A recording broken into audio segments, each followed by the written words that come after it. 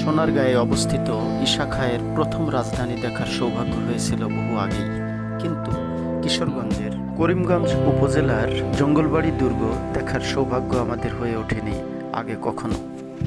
তাই এবার প্রবল আগ্রহ নিয়ে ছুটে এলাম জঙ্গলবাড়ি দুর্গে। বহুদিনের স্বপ্ন পূরণ হলো আজ। সেই কিশোরগঞ্জ জেলার বাংলার 12 ভূঁইয়াদের নেতা ঈশা খাঁর সেই জঙ্গলবাড়ি দুর্গ, সেই একেবারে দুর্গের সামনে কিন্তু আমরা অবস্থান করছি।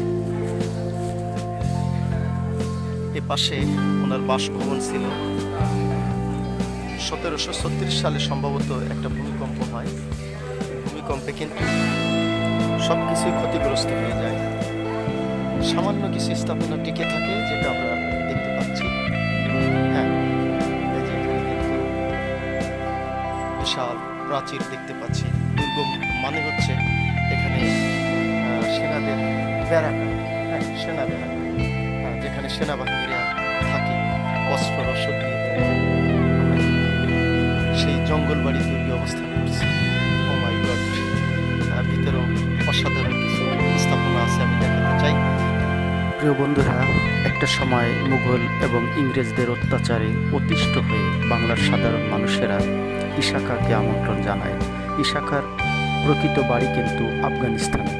তিনি ত্রিপুরা হয়ে কোচ রাজা লক্ষণ হাজরা এবং রাম হাজরাকে পরাজিত করে এই জঙ্গলবাড়ি দুর্গ দখল করেন।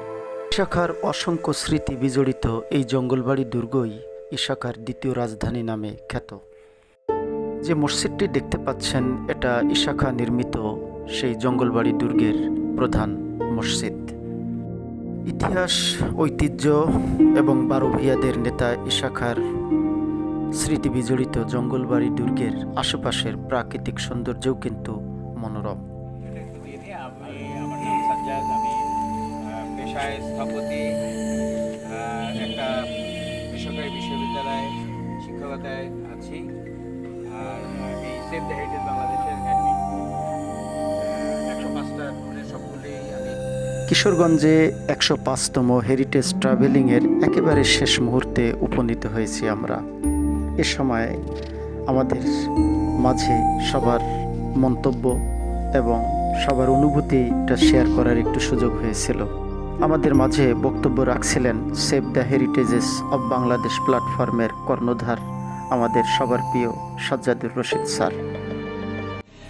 দেশ ভ্রমণে লৌকিক বাংলা এবং সেভ দ্য হেরিটেজ প্ল্যাটফর্মের সাথে আপনারাও যুক্ত হতে পারেন।